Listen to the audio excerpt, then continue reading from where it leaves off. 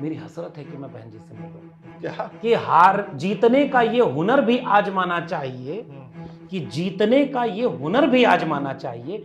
जंग अगर भाई से हो तो हार जाना चाहिए।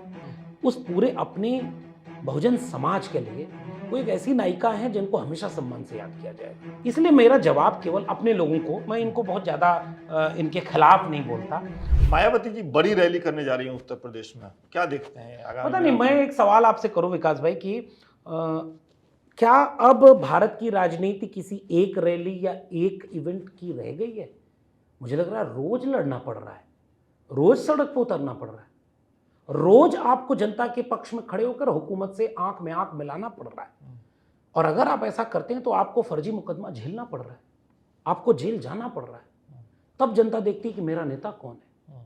शायद अब वो राजनीति का अध्याय पूरा हो गया कि आप इमोशन में, और मैं हमेशा कहता हूं कि मायावती जी बोलता हूं हमेशा, वो एक इमोशन है, लेकिन लीडर वो होता है जिसको अब शायद परिस्थितियां बदल गई हैं। तो लीडर नहीं है नहीं, मायावती मैं जी? मैं उससे बड़ी बात कह रहा हूं उनके क्या? लिए। मैं कह रहा हूं कि वो जब तक रहेंगी उस पूरे अपने बहुजन समाज के लिए वो एक ऐसी नायिका हैं जिनको हमेशा सम्मान से याद किया जाएगा। हमेशा। वो समाज के सबसे निचले पायदान से सबसे ऊपर तक पहुंचना इतना सामान्य नहीं है, बिल्कुल। और हुकूमत करते हुए जो उन्होंने किया अद्भुत है।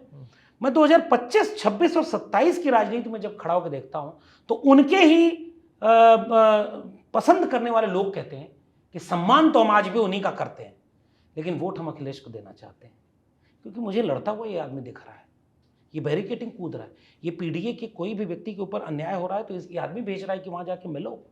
उसके ऊपर फर्जी मुकदमा हुआ, उसके सामने कोई समाजवादी व्यक्ति खड़ा हो रहा है, लड़ रहा है, उसके मन में जो सिंपैथी पैदा होते हुए, मैं घूम रहा हूं, मैं पूरा प्रदेश घूमता हूं, नौकरी है नहीं, तो मुझे ये महसूस होता है कि उनका अपना वोटर भी, आदरणीय मायावती जी का भी, लड़ते हुए नेता को देखना चाहता है। और इसका सबूत 2024 है।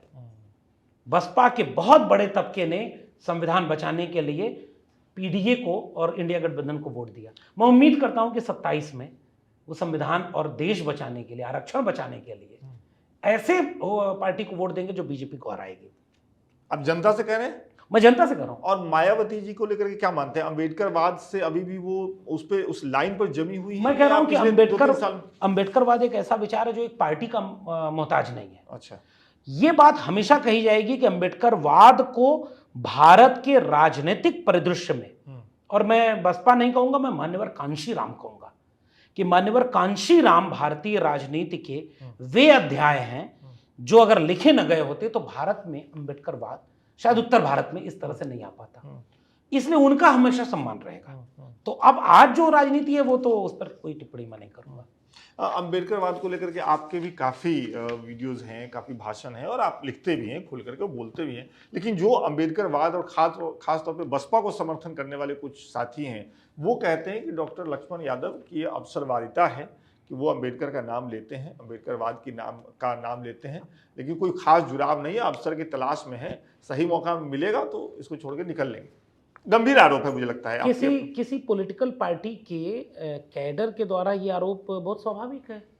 अगर मैं उनकी पार्टी में होता या उनकी पार्टी में वैसी जगह होती कि कोई मंच सार्वजनिक लगता है, कोई ट्रेनिंग प्रोग्राम होता है, उसमें बाहर से लोग बुलाए जाते हैं जो पार्टी के मेंबर नहीं है लेकिन विचार से वो आपके हैं, उनको बुलवाया जाता हो, उनको कैडर ट्रेनिंग करवाया जाता हो, उनको जनता के बीच भेजा जाता हो, उनको लड़ते हुए लोगों के बीच दुख दर्द बांटने के लिए खड़ा किया जाता हो, और मुझे एक आध बार बुलाया जाता। अगर मैं 10 साल से अंबेडकरवाद पर इतना कुछ कर रहा था तो मेरे पास आता ना फोन।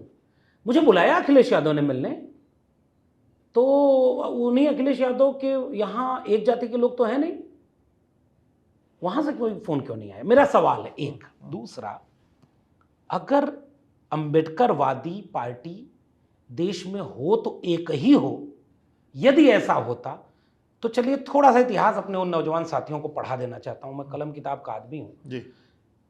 मान्यवर कांशीराम नौकरी कहां कर रहे थे पता है? महाराष्ट्र में। और उस समय बाबा साहब अंबेडकर द्वारा बनाई गई पॉलिटिकल पार्टी भी जिंदा थी, कुछ टुकड़े उकड़े होते रहते थे लेकिन वहां जिंदा थी। कोशिश किया मान्यवर कांशीराम ने कि उस पार्टी को आगे बढ़ाएं, महाराष्ट्र से जो फूले और अंबेडकर की शाहू की जमीन है वहां से बहुजन आंदोलन को खड़ा करें, नहीं कामयाब हो पाए। और मैं और अंदर के बात बताता हूं, पुराने लोगों ने, मान्यवर कांशीराम के साथ के लोगों ने मुझे बताया माननीय कांशीराम नाराज होकर महाराष्ट्र से निकले। अच्छा। पंजाब जाना चाहते थे। 32% आबादी केवल शेड्यूल कास्ट कम्युनिटी की, नहीं कामयाब हो पाए। उत्तर प्रदेश, क्योंकि यहाँ मंडल आंदोलन की और सामाजिक न्याय आंदोलन की, त्रिवेणी संघ की, अर्जक संघ की, समाजवादी आंदोलन की एक जमीन तैयार थी। उत्तर प्रदेश में ही क्यों कांशीराम जी कामयाब हो पाए? मुख्यमंत्री तो उत्तर प्रदेश में ही बन पाई ना बसपा के। और जब मायावती जी को मुख्यमंत्री बनवा लिया तो महाराष्ट्र में रैली की थी और कहा था कि देखो तुमने बनने नहीं दिया, केवल जाति, क्योंकि बाबा साहब की जाति वाले लोग अलग थे और बाकी शेड्यूल कास्ट के लोग लड़ते थे। अच्छा, उनमें भी एक टकराव। अरे उनके पॉलिटिकल पार्टियां अलग अलग बनी हुई थी, तो इससे नाराज होकर के माननीय कांशीराम यहां आए थे। नई पॉलिटिकल पार्टी बनाई थी। जब बाबा साहब अंबेडकर की पॉलिटिकल पार्टी बनाई हुई थी तो कांशीराम जी ने अलग क्यों पार्टी बनाई? उसके बाद यहां से मुख्यमंत्री बनवा करके आदरणीय मायावती जी की रैली की थी महाराष्ट्र में कि देखो मैं मुख्यमंत्री बना के अपने व्यक्ति को ले आ रहा हूं। बसपा बनी। तो इसका अंबेडकरवाद अगर एक पॉलिटिकल पार्टी से होता तो वहां होता, यहां नई पार्टी क्यों बनी? सवाल नंबर 2। आज उसी उत्तर प्रदेश में एक दूसरी पार्टी भी बन गई है। उनके भी आइकॉन बाबा साहब अंबेडकर और कांशीराम है और यही समर्थक उनको भी गाली देते हैं। क्या विचार किसी एक पार्टी का होता है? और वो तो आप ही के उसी कम्युनिटी से आते हैं। दूसरे नेता वो मानते हैं कि बसपा में मुझे जगह नहीं मिली, मैं फोन करता रहा मुझे मिले नहीं, और ये नहीं हुआ वो नहीं हुआ। क्यों हुआ ऐसा? इसलिए मेरा जवाब केवल अपने लोगों को, मैं इनको बहुत ज़्यादा इनके खिलाफ नहीं बोलता। मेरा मानना है कि अपने लोगों के लिए मेरी रणनीति दूसरी है। अपना जब मैं कह रहा हूं तो विचार के अपने, क्योंकि मैं बसपा को प्रतिद्वंदी नहीं मान रहा हूं। अच्छा, मैं बिल्कुल नहीं मान रहा हूं। मेरी प्रतिद्वंदी तो भाजपा है, मुझे बसपा से लड़ना ही नहीं है। वो तो हमारी साथी लोग हैं, वो हमारी साथी पार्टी है, मिले मुलायम कांशीराम वाली पार्टी है। लोहिया और अंबेडकर मिलकर काम करना चाहते तो उस स्वप्न को पूरा करने वाली पार्टी है। अभी दबाव में है। किस तरह के दबाव? अब ये वो तय करेंगे, मैं उस पर ज्यादा अब जानते तो समझते तो हैं ही, अपनी समझ से ही बता रहे हैं अभी तक। नहीं, ये उनके वर्कर भी समझते हैं। क्या समझ? कि दबाव में है। क्यों नहीं? मायावती जी का ये तेवर था। आज वो सड़क पर उतर जाए उत्तर प्रदेश जाम हो जाएगा। रैली करती हैं, पूरा लखनऊ जाम हो जाता है। फिर संघर्ष क्यों नहीं होता? वहीं दूसरी तरफ एक भीड़ बढ़ क्यों रही है? इसलिए विचार कभी एक पॉलिटिकल पार्टी का नहीं होता। और जितने दलित हैं अगर वो बसपा में जाएं तो वो जातिवादी नहीं है इस तर्क से। जितने बाकी लोग हैं अपनी अपनी जाति की पार्टी में जाएं तो वो जातिवादी नहीं है।